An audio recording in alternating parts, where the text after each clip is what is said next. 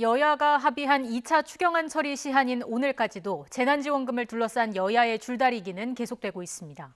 소득 하위 80%와 전 국민 지급 사이 신경전이 팽팽한 가운데 민주당과 정부가 물밑 공감대를 이룬 초고소득층 제외 방안으로 최종 타협될 가능성도 나오고 있습니다. 국회 취재기자 연결합니다. 송재인 기자. 네, 국회입니다. 네, 여야의 입장 차는 여전한 상황인데 막판 타결 가능성이 좀 있다고 볼 수 있을까요? 네, 우선 여야는 오늘 오후까지 담판을 시도한다는 계획입니다.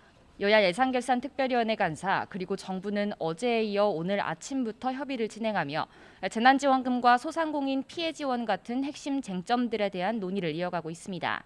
오전까지 예결위 협의를 마치고 오후 여야 원내대표 회동에서 결론을 낸 뒤 늦은 밤이라도 본회의를 열고 추경을 처리한다는 계획입니다. 다만 여야의 입장 차이는 여전합니다. 국민의힘 예결위 간사 김성원 의원은 YTN과의 통화에서 재난지원금은 소득이 줄어든 하위 80%에게만 지급해야 한다는 입장을 고수했습니다. 전체 추경 규모를 늘리는 것도 동의할 수 없다며 불용예산 3조 원가량을 삭감하겠다고 벼르고 있습니다. 반면 민주당은 전 국민 지급과 이를 위한 소규모 증액이 불가피하다고 보고 있습니다.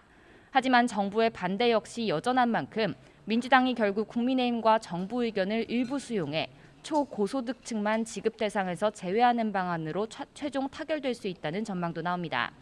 민주당 관계자는 YTN과의 통화에서 종부세 납부자와 일정 수준 이상의 금융자산이 있는 경우 또 연봉 1억 5천만 원 이상인 경우만 제외하는 방안에 당정 간 공감대가 있다고 말했습니다. 이렇게 되면 소득을 기준으로 선별하는 행정비용이 줄어들고 결과적으로 90%보다 조금 더 많은 비율의 국민이 지원을 받아 취지는 살릴 수 있을 거라고 내다봤습니다. 오늘 추경 협상은 상임위원장 배분 문제와도 맞물려 있습니다. 법사위원장직을 두고 여야가 갈등을 이어가면서 몇 달째 법사위는 대행체제로 운영되고 있는데 이에 박병석 국회의장이 중재안을 제시한 상태입니다. 법사위의 이른바 상황 기능을 없애는 대신 21대 국회 하반기인 내년에는 야당인 국민의힘에서 법사위원장을 맡는 방안이 거론됩니다. 오후 국회의장 주재 원내대표 회동에서 추경과 원구성 문제가 일괄 타결될지 주목됩니다. 네, 이어서 대선 전국도 짚어보겠습니다. 먼저 민주당은 선두주자인 이재명 지사와 이낙연 전 대표 사이의 네거티브전이 갈수록 격화하는 모습이죠. 네, 쟁점은 지난 2004년 노무현 전 대통령 탄핵 소추안 표결 당시 이낙연 전 대표의 태도입니다.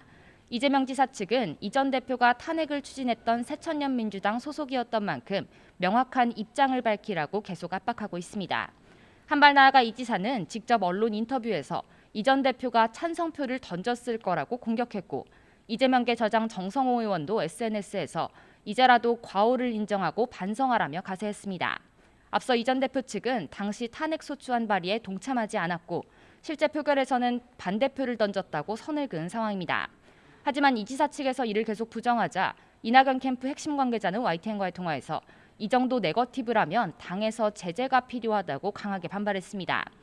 여기에 김두관 의원은 라디오 인터뷰에서 추미애 전 장관도 당시 새천년민주당 소속으로 탄핵을 주도했다고 가세했고 정세균 전 총리도 라디오 인터뷰에서 자신은 당시 탄핵을 막기 위해 의장석을 지켰다며 적통 경쟁에 가세했습니다. 네거티브전이 이렇게 과열되자 송영길 대표가 직접 나섰는데 회의 발언 들어보겠습니다.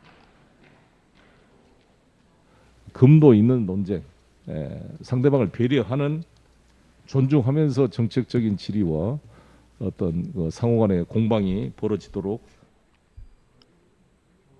자, 국민의힘 상황도 알아보겠습니다. 지지율 하락세를 보이고 있는 윤석열 전 검찰총장을 두고 오히려 국민의힘 내부에서 신경전이 오가고 있다고요.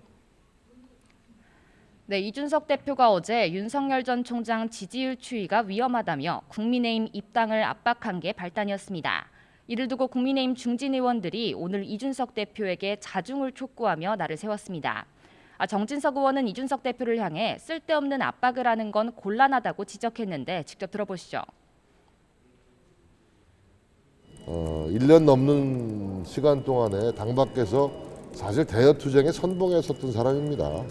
동지입니다, 동지. 여기에 권성동 의원 역시 정권 교체의 운명을 짊어질 제1야당의 대표가 공개적으로 할 말은 아니라고 꼬집었습니다. 이준석 대표는 곧장 선을 넘는 비판이라며 강하게 반발했는데 들어보겠습니다. 지난 선거 때도 보면은 단순히 지지율 추이나 여러 가지 사정에 따라서 안철수 후보라는 당외 후보에게 제가 좀 표현이 과격할지 모르겠지만 부한해동하던 분들이 있었습니다. 이렇게 갈등 양상으로 비춰지자 오늘 아침 대화를 거쳐 서로 큰 이견이 있는 건 아니라고 수습했지만 윤 전 총장이 당 밖에 있는 상황에서 압박 수위에 대한 갈등은 당분간 불가피할 것으로 보입니다. 지금까지 국회에서 YTN 송재인입니다.